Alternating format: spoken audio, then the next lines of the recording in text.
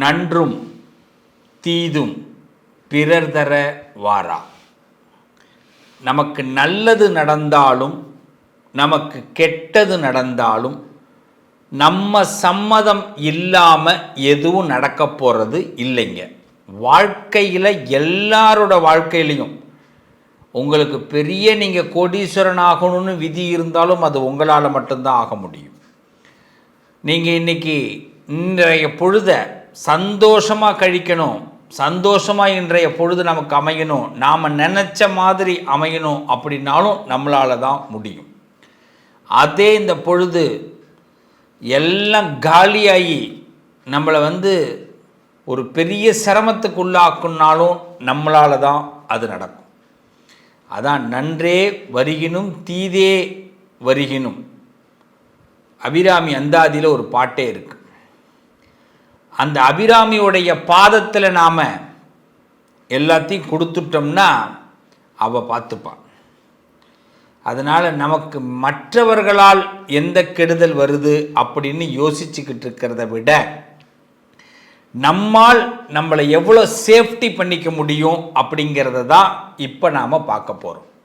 என் உறவுகளே, என் சொந்தங்களே, உங்களை சந்திப்பதிலே பெரும் மகிழ்ச்சி. இன்றைக்கி எல்லாரும் வீட்லேயும் இருக்கிற ஒரு பெரிய செய்தி என்னென்னா, என் வீட்டில் தெய்வம் இருக்கா இல்லையா, என் வீட்டில் ஏதாவது கெட்ட சக்தி இருக்கா, சம்பாதிக்கிற காசு தங்க மாட்டேங்குது, எங்கள் குடும்பத்தில் அடிக்கடி சண்டை வந்துக்கிட்டே இருக்குது, தண்ட செலவு அதிகமாக வருது, நான் என்ன சம்பாதிச்சாலும் என்ன நான் செலவு பண்ணாலும் கோடியில் கொட்டி கொடுத்தாலும் எனக்கு ஒரு கௌரவம் வர மாட்டேங்குது, நான் நினைக்கிறது நடக்க மாட்டேங்குது. இது மாதிரி கேள்விக்கு மேலே அடுக்கிக்கிட்டே போகலாம். நான் ஒரு பெரிய அதிகாரத்தில் இருக்கிறேன், ஆனால் என் வீட்டில் எனக்கு எந்த அதிகாரமும் இல்லை. நான் சொசைட்டியில் ஒரு மிகப்பெரிய இடத்துல இருக்கிறேன், ஆனால் எனக்கு வீட்டில் ஒரு சொந்தம் கூட இல்லை. நான் என்னை விரும்பினவங்க பிரிஞ்சு போயிட்டாங்க, என்னை நேசித்தவங்க விலகி போயிட்டாங்க, என் பிள்ளைகளுக்கு நான் லட்சம் கோடி செலவு பண்ணி கல்யாணம் பண்ணி வச்சேன், இன்றைக்கி என் பிள்ளைங்க பிரிஞ்சு வந்துருச்சு. இப்படி பல பிரச்சனைகள். ஆசைப்பட்டு பிஸ்னஸ் ஆரம்பித்தேன், அடிமட்டத்தில் நிற்கிறேன், சொல்லவும் முடியல மெல்லவும் முடியல. இப்படி பல வசனங்கள் நம்ம ஒவ்வொரு வீடுகள்லையும் ஓடிக்கிட்டு தான் இருக்குது. எல்லாத்தையும் அட்ஜஸ்ட் பண்ணி ஏதாவது ஒரு மாறிடாதா அப்படின்னு தீபாவளி பொங்கல் மாதிரி கிரகப்பெயர்ச்சிகளும் வந்துக்கிட்டு தான் இருக்குது. ஆனால் முதல்ல நாம் சில விஷயத்தை பேஸ்மெண்ட், சில விஷயத்தை சரி பண்ணால் மட்டும்தான் நம்ம வீட்டில் நல்லது நடக்கும். எதையெல்லாம் சரி பண்ணணும் வாங்க, ஒவ்வொருத்தவங்களை பற்றியும் ஒவ்வொரு ராசிக்கு நான் சொல்ல போகிறேன். உங்கள் வீட்டில் எந்த கெட்ட சக்திகள் இருந்தாலும், நம்ம மனசுக்குள்ளேயே அந்த கெட்ட சக்தி இருந்தாலும் நிச்சயம் விலகும். அதற்கான ஒரு நல்ல வாய்ப்பு, ஸ்கிப் பண்ணாமல் பாருங்கள், நல்லதே நடக்கும். ஆசைப்பட்டு ஒரு ஆசையை தனக்குள்ளே கொண்டு அதை சக்ஸஸ் பண்ணுறதுக்கு போராடுற ராசிகளில் முதன்மையான ராசி ரிஷப ராசி. எல்லாரும் ஆசைப்பட்டுருவாங்க, ஆனால் அந்த ஆசையை முதல்ல தனக்குள்ளே கொண்டு வரணும். அது என்னங்க தனக்குள்ளே கொண்டு வர்றது அப்படின்னா, ஒரு ஆசைப்பட்டீங்கன்னா அதை நீங்கள் முதல்ல நம்பணும்.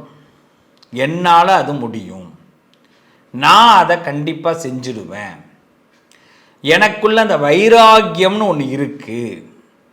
இதை கொண்டு வரத்துக்கே கொஞ்சம் நாளாகும்.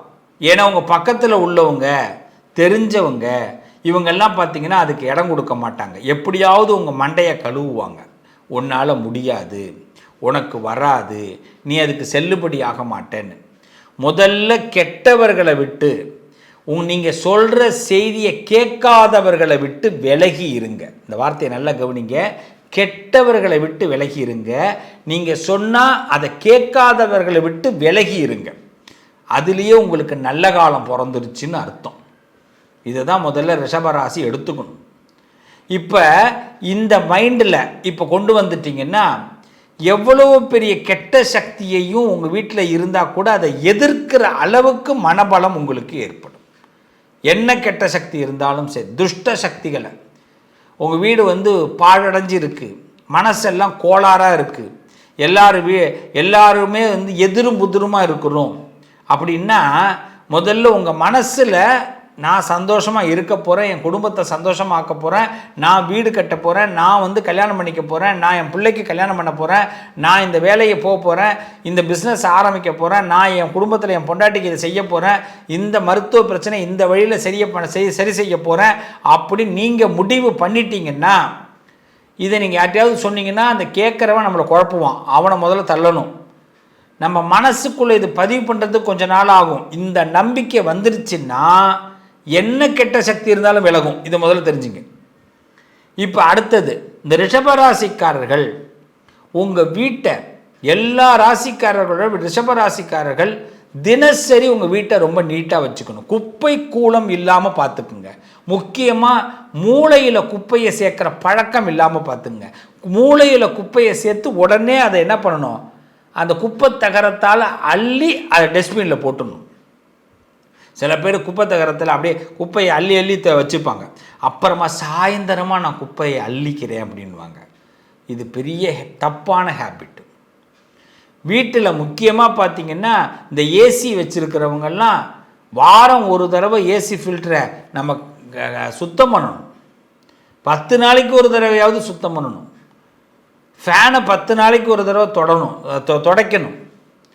எல்லாம் என்ன நினைக்கிறோம், என்ன சார் ஃபேனில் என்ன இருக்குது அப்படின்வாங்க. அதில் வரக்கூடிய தூசி, இந்த ஏசி ஃபில்டரில் வரக்கூடிய தூசி நமக்கு என்ன பண்ணும், நாசி மூலமாக நமக்கு அந்த சுவாசத்தில் போய் கலக்கும்.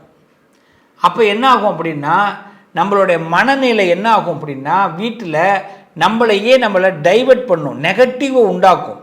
ஒரு சின்னதாக முடியலைன்னா கூட ஏதோ என் வீட்டில் இருக்குது, அதனால தான் நான் முடியாமல் உட்காந்துடுறேன், தும்மல் வருது, காலையில் குளிச்சா டயர்ட் ஆகிடுறேன், தூங்குனா எழுந்திருக்க முடியல. ஒரு வீட்டில் சொன்னாங்க, தூங்குறேங்க, எனக்கு வீட்டுக்குள்ளே வந்தாலே எழுந்திருக்க முடியல, அலுப்பு தட்டுதுன்னாங்க. வீட்டில் போய் பார்த்தா 2 கொசுவத்தி ஓடிக்கிட்டு இருக்கு. கொசுக்காக கொசுவத்தி 2 போட்டு ஓட விட்டுருக்காங்க.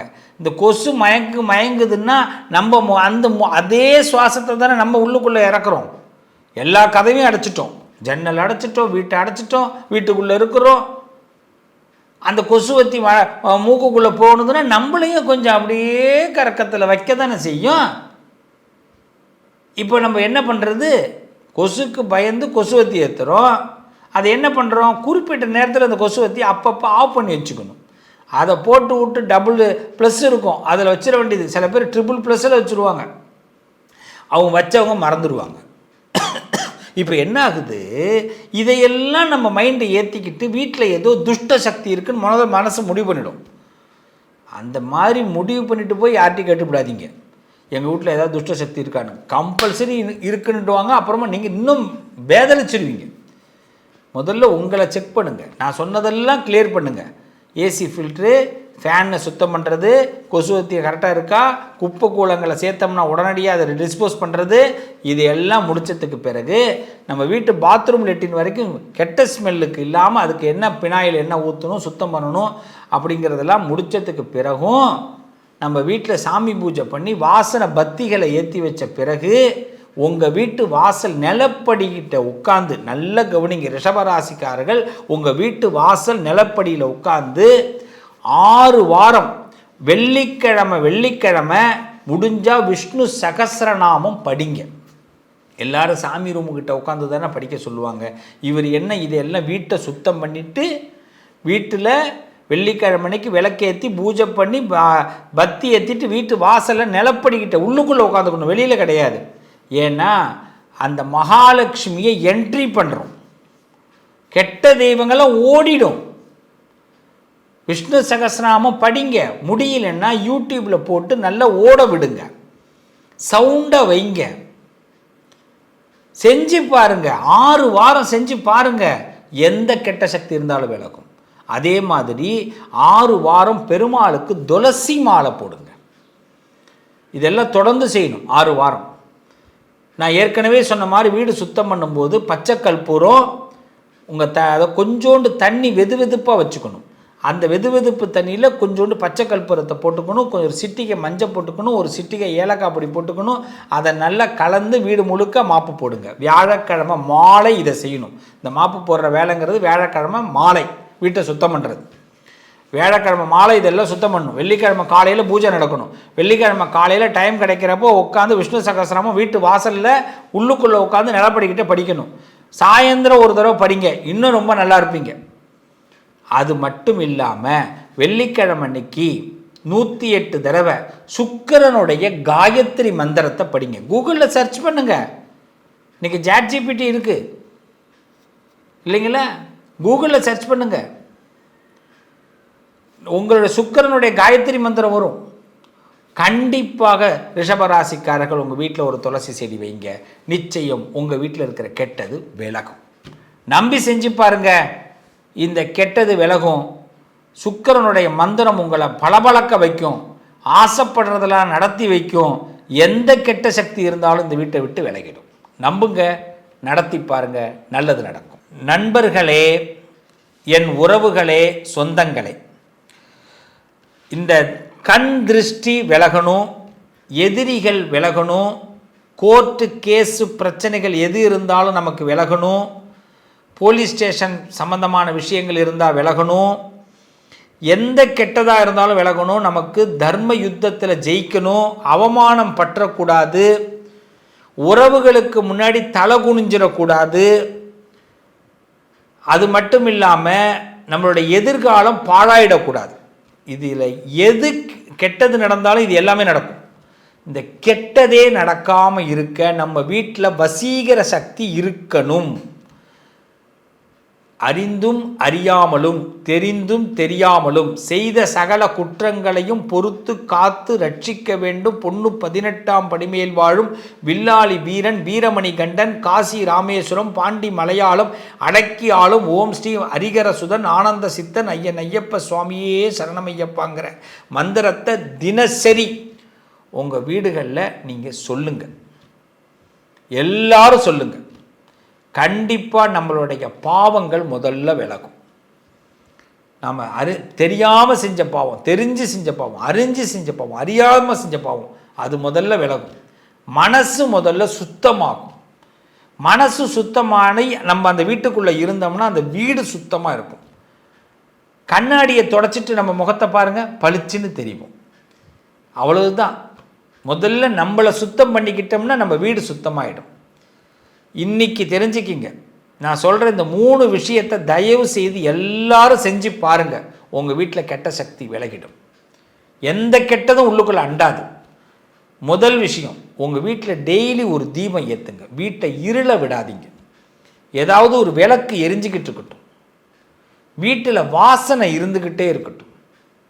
வாசனை பொருட்கள், ஒரு பத்தி, சென்டெல்லாம் அடிச்சுக்கிறோம், எல்லா இடத்துலையும் ஒரு வாசனை இருக்கணும். வீட்டுக்குள்ளே இல்லைன்னு சொல்லாத வார்த்தை நம்மக்கிட்ட இருக்கணும். அவ்வளவுதான். வீட்டில் அதிகமாக நம்ம இல்லைங்கிற வார்த்தையை பயன்படுத்தக்கூடாது. அதே மாதிரி சில பேர் ரொம்ப துஷ்டமான வார்த்தைகளை பயன்படுத்துவாங்க, கெட்ட வார்த்தைகளை. அதை சுத்தமாக தவிர்த்துருங்க. இதை மட்டும் தவிர்த்துருங்க. உங்கள் வீட்டில் துஷ்ட சக்திகள்லாம் வெளியில் வந்துடும். ரொம்ப கடுமையான தோஷம் இருக்குது சுவாமி, கடுமையாக எங்களுக்கு செய்வன கோளாறுகள் பிரச்சனைகள் இது மாதிரி இருக்குது, நாங்கள் என்ன பண்ணலாம்? என்னோடய தொழிலில் பெரிய லாஸ், என் குடும்பத்தில் பெரிய சிரமம், குடும்ப உறவுகள் பிரிஞ்சு கிடக்கு, நான் என்ன செய்யலாம்? ரொம்ப இன்னும் ஒரே ஒரு பரிகாரத்தை சொல்லி நிறைவு செய்கிறேன். பசுமாடு கண்ணுக்குட்டி உங்கள் வீட்டில் பக்கத்தில் யார்கிட்ட இருக்கோ அந்த பசுமாடு கண்ணுக்குட்டியை வீட்டுக்கு அழைச்சிட்டு கோமாதா, இந்த கோமாதாவை அழைச்சிட்டு உங்கள் வீட்டு மத்திய பகுதியில் நிப்பாட்டி அந்த பசுக்கு பூஜை பண்ணுங்க. பசுக்கு மஞ்சள் தடவி குங்குமம் வச்சு பசுக்கு ஒரு புடவை வாங்கி சாத்தி, கண்ணுக்குட்டிக்கு ஒரு புடவை சாத்தி, மாலை போட்டு ஒரு பெரிய தட்டுலேயோ பக்கெட்லேயோ வாழை இலையில் பச்சரிசியை நல்லா ஊற வச்சு வெல்லம் பச்சரிசி வாழைப்பழம்லாம் சேர்த்து வச்சு அந்த பசுமாட்டுக்கு கொடுங்க. அந்த பசுமாட்டுக்கு பின்புறம் தூப தீபங்கள்லாம் காட்டி பசுமாட்டுக்கிட்ட நமஸ்காரம் பண்ணிக்கிங்க. உங்கள் வீட்டுக்குள்ளே அழைச்சி என்ன கெட்டது இருந்தாலும் வெளியில் வந்துடும். இதை மட்டும் செஞ்சு பாருங்கள். கிரகப்பிரவேசத்தெல்லாம் செய்வோம்ல, சுவாமி நாங்கள் அப்பார்ட்மெண்ட்டில் இருக்கோமே, நாங்கள் என்ன பண்ணலான்னு கேட்பான். உங்கள் வீட்டு வாசலில் செய்யுங்கோ, அப்பார்ட்மெண்ட் வாசலில் அதை செய்யுங்க. பசு பூஜை பண்ணுங்க. பசு பூஜை பண்ணி நான் சொன்ன மாதிரி சுவாமி அந்த பசுக்கு நிவேத்தியம் பண்ணுங்க. நிச்சயமாக உங்கள் வீட்டில் இருக்கிற எல்லா துஷ்டங்களும் வெளியில் வந்துடும், எல்லா கெட்ட சக்தி வெளியில் வந்துடும், நல்லது நடக்கும். நம்புங்க, இன்னிலேருந்து உங்கள் வாழ்க்கை பிரகாசமாக போகுது. இந்த பதிவை கேட்குறவங்க, இந்த பதிவு கேட்கக்கூடிய சூழ்நிலைகள் உங்கள் குடும்பத்தில் யாருக்கு நீங்கள் அனுப்புனாலும் சரி, அந்த வீடுகளில் நல்ல மாற்றங்களை நீங்கள் பார்க்க போகிறீங்க. வாழ்த்துக்கள். நல்லதே நடக்கும். என்றும் உங்களோடு நிழலாக நான் இருப்பேன். நம்பிக்கையோடு மீண்டும் அடுத்த பதிவில் உங்களை சந்திக்கிறேன். வாழ்த்துக்கள்.